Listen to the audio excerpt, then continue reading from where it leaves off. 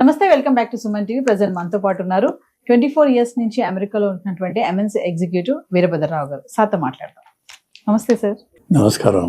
Sir, present మరి Trump తెచ్చేటటువంటి ఏవైతే కొత్త కొత్త రూల్స్ ఉన్నాయో, అంటే ఇండియా నుంచి అమెరికా వెళ్లే వాళ్ళకే కాకుండా అక్కడ ఎవరైతే సెటిల్ అయిపోయి ఉంటారో, అక్కడైతే ఎన్ఆర్ఐస్ ఎవరైతే ఉంటారో, ఎవరైతే సిటిజన్షిప్ ఉంటారో వాళ్ళకు కూడా ఏమైనా సమస్యలు ఉన్నాయంటారా?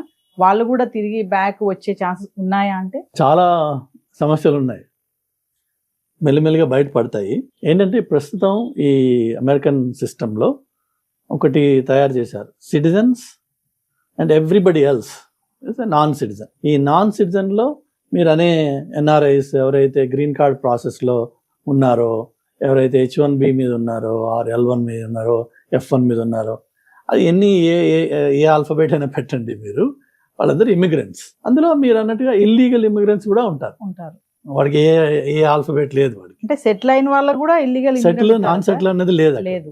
సెటిల్ అంటే ఏంటి మీ ఉద్దేశంలో? ఏం లేదు అక్కడ. 10 ఏళ్ళ నుంచి అక్కడ ఉన్నారంటే సెటిల్ అనా? గ్రీన్ కార్డ్ వచ్చేస్తే సెటిల్, మేము బిందాజ్ అని అంటారు కదా సార్. ఒకప్పుడు ఉండేది ఆ ధైర్యం.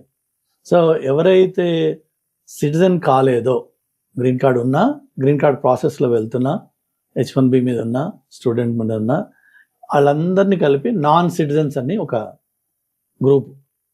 ఆ నాన్ సిటిజన్కి ఎలాంటి హక్కులు లేవు. ఏమాత్రం చట్టానికి వ్యతిరేకమైన పని చేసినా, అంటే ఫర్ ఎగ్జాంపుల్ ఇంతకుముందు DUI, డ్రైవింగ్ అండర్ ఇన్ఫ్లుయెన్స్, తాగి నడపడం. ఇంతకుముందు అప్పట్లో ఏదైనా చేసినట్టయితే, లేకపోతే ఎక్కడన్నా క్లబ్బుల్లో కొద్దిగా గొడవ చేయడం కానీ, అందులో మన వాళ్ళకి కొంచెం తాగిన తర్వాత అవుట్ ఆఫ్ కంట్రోల్ అవ్వడం చాలా కామన్ అవుతుంది విషయం. లేదంటే ఇక్కడి నుంచి వచ్చినప్పుడు యాటిట్యూడ్స్ ఎలా ఉంటాయంటే, నేను ఎవరో తెలుసా అని వస్తాడు వాడు. అక్కడ ఇట్ డజంట్ మ్యాటర్, నేను అంతా ఒకటే అన్నీ చెప్పనించి సీనాన్ని అక్కడ. సో కానీ ఇక్కడి నుంచి వచ్చిన పిల్లలు ఏంటంటే ఆ ఈగోస్ ఇంకా నార్మల్ కావు. అది హైలీ లా ఓరియంటెడ్ కంట్రీ, ఇది హైలీ లాలెస్ కంట్రీ. సో ఇక్కడి నుంచి అక్కడికి వచ్చినప్పుడు మైండ్ షిఫ్ట్ కావాలి, రాక ఏమన్నా వేషాలు వేసి ఇప్పుడు ఏదైనా లీగల్ దాంట్లో పట్టుబడితే వాళ్ళకి ఎలాంటి ప్రొటెక్షన్ లేదు. వాళ్ళు ఇమ్మీడియట్గా they can be removed from the country. So అమెరికాలో నేను వచ్చి ఉంటున్నాను, ఇక్కడ లోకల్గా వచ్చేసాను కాబట్టి, అంటే మీరు అనేది ఇండియాలో ఉన్నవాడికి వర్సెస్ అక్కడ ఉన్నవాడికి వచ్చేసా కాబట్టి నాకు ప్రొటెక్షన్ ఉంది, ఏం లేదు protection, unless you are law abiding. మీరు ఎలాంటి లూప్ హోల్స్ లేకుండా మీ రెజ్యూమెస్లో, గత ఎంప్లాయ్మెంట్ హిస్టరీలో, అలానే కన్సిస్టెంట్గా అప్లికేషన్ ప్రాసెస్ ఉండాలి. ఏంటంటే యుఎస్కి వచ్చేటప్పుడు మనం డాక్యుమెంటేషన్ కొంత సబ్మిట్ చేసి ఉంటాం. దాని తర్వాత ఏదో DS 160 ఏదో ఉంటుంది ఇమిగ్రేషన్, ఫస్ట్ టైం మనం అపాయింట్మెంట్ తీసుకుని వెళ్ళేటప్పుడు.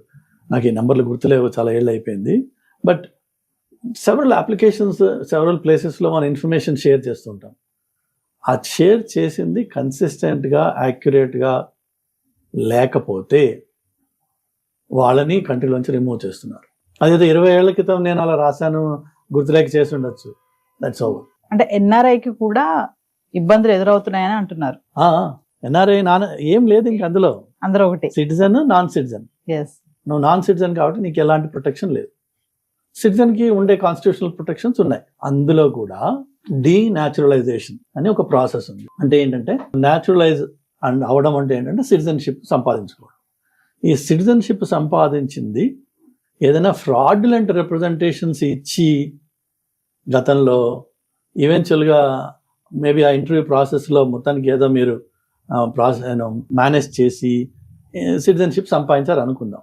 ఇప్పుడున్న పరిస్థితి ఏంటంటే అలాంటి గత 5 ఏళ్లలో జరిగిన అన్ని సిటిజన్షిప్ అప్లికేషన్స్ వాళ్ళు రీఓపెన్ చేసి వాళ్ళని ఇళ్ళకి వెళ్ళి మరీ వెరిఫై చేస్తున్నారు.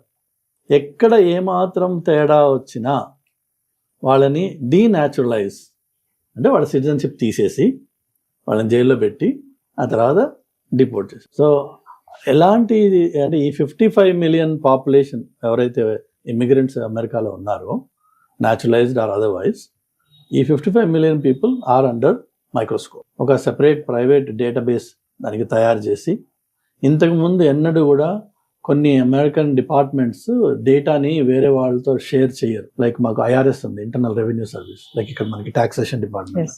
IRS data is highly secure data, దాన్ని వేరే డిపార్ట్మెంట్స్ తోటి కలపరు అనమాట. ఎందుకంటే మన ట్యాక్సెస్, మన ఇన్కమ్ అన్ని డీటెయిల్స్ అందులో ఉంటాయి. కానీ ఇప్పుడు ఏం చేస్తున్నారంటే రకరకాల మేజర్ డిపార్ట్మెంట్స్ డేటాను అంతా కలిపి సెంట్రలైజ్ చేసి బ్యాంకింగ్ ఎన్వైరన్మెంట్లో దీన్ని కేవైసీ అంటారు, కేవైసీ ఆర్ కస్టమర్ 360.